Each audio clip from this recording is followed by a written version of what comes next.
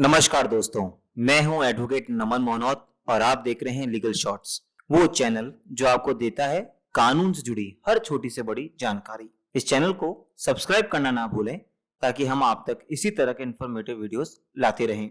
आज तक हमें आपका काफी प्यार मिला है और इसी कड़ी में आज हम शुरू कर रहे हैं एक नए युग की।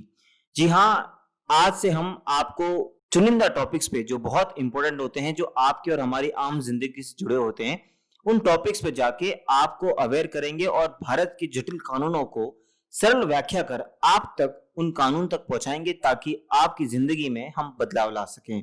इसी कड़ी में आज हम शुरू कर रहे हैं हमारी पहली इसके ऊपर पेशकश है कि कोर्ट मैरिज कैसे की जा सकती है। अक्सर लोग हमसे पूछते हैं कि क्या हम दो धर्म के अलग लोग हैं या हम दो जाति के अलग हैं, क्या हम कोर्ट मैरिज कर सकते हैं, नहीं कर सकते हैं, क्या हमारे घर वालों को पता लगेगा, नहीं लगेगा। कई सारे सवाल हैं, उन सब सवालों का जवाब आज आपको यहां मिलेगा।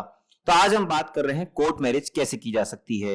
सबसे पहले तो मैं आपको बताऊं कि 1954 में, जी हां, स्पेशल मैरिज एक्ट 1954 को बनाया गया था, जो एक क्रांतिकारी कदम था। क्रांतिकारी कदम इसलिए बोलूंगा क्योंकि इससे पहले भारत में सभी तरह की शादियां या जो भी तलाक या उत्तराधिकार के जो भी नियम है वो पर्सनल लॉ के अकॉर्डिंग चल रहे थे। आज भी पर्सनल लॉ चलता है। फॉर एग्जाम्पल, अगर हिंदू धर्म में शादी करनी है तो हिंदू मैरिज एक्ट लगेगा, मुस्लिम धर्म में है तो शरीयत लॉ लग रहा है, क्रिश्चियंस का अपना लॉ है। इस तरीके से हर पर्सनल धर्म के अपने अपने लॉ हैं। पर सवाल ये उठता है कि जब दो धर्म आपस में आके शादी कर रहे हैं तो किस तरह का एक्ट लगेगा। उन सब के लिए विशेष विवाह अधिनियम यानी स्पेशल मैरिज एक्ट 1954 को लाया गया, जिसके माध्यम से कोई भी दो लोग जो भिन्न धर्मों या जाति से आते हैं बगैर किसी बंधन के विवाह कर सकते हैं और इसीलिए कोर्ट मैरिज का विकल्प उपलब्ध करवाया गया है। सबसे पहले तो मैं आपको बताऊं कि इस एक्ट के अंदर सबसे पहले जो स्टेट गवर्नमेंट होती है वो एक किसी न किसी अधिकारी को नियुक्त करती है जो इस पूरे एक्ट की रखवाली करता है और इस एक्ट के अकॉर्डिंग वहां काम करता है।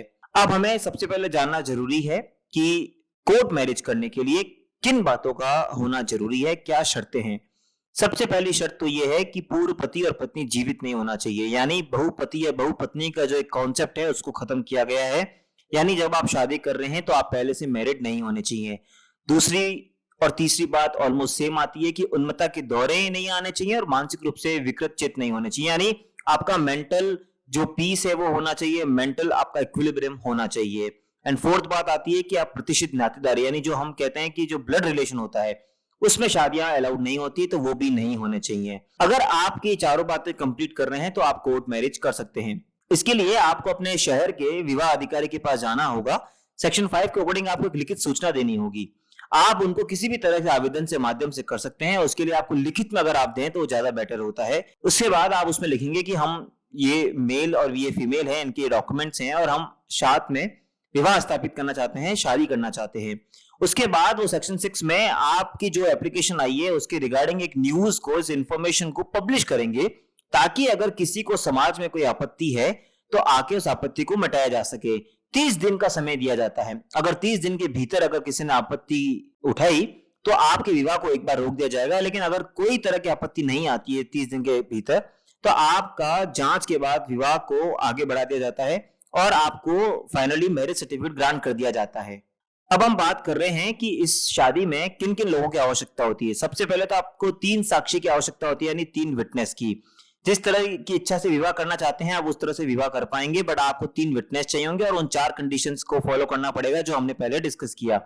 शादी होने के बाद आपको एक प्रमाण पत्र दिया जाएगा जो आपके शादी का एक सर्टिफिकेट होगा। उसमें तीनों विटनेस के हस्ताक्षर होंगे, साथ ही साथ वर एवं वधू यानी मेल फीमेल जो हस्बैंड वाइफ है उनके भी साइन होंगे। इस अधिनियम के अंतर्गत प्रमाणित हो जाएगा कि अब आप लोगों ने शादी कर ली है। इसमें सबसे इंपॉर्टेंट बात यह आती है कि अक्सर हमें ये कंफ्यूजन होता है कि लोग सोचते हैं कि दो धर्मों के लोग ही इसमें शादी कर सकते हैं।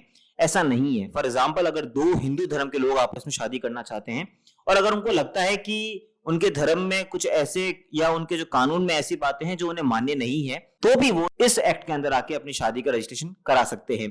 इसमें भी उनको सेम तरह का प्रोसेस को फॉलो करना होगा।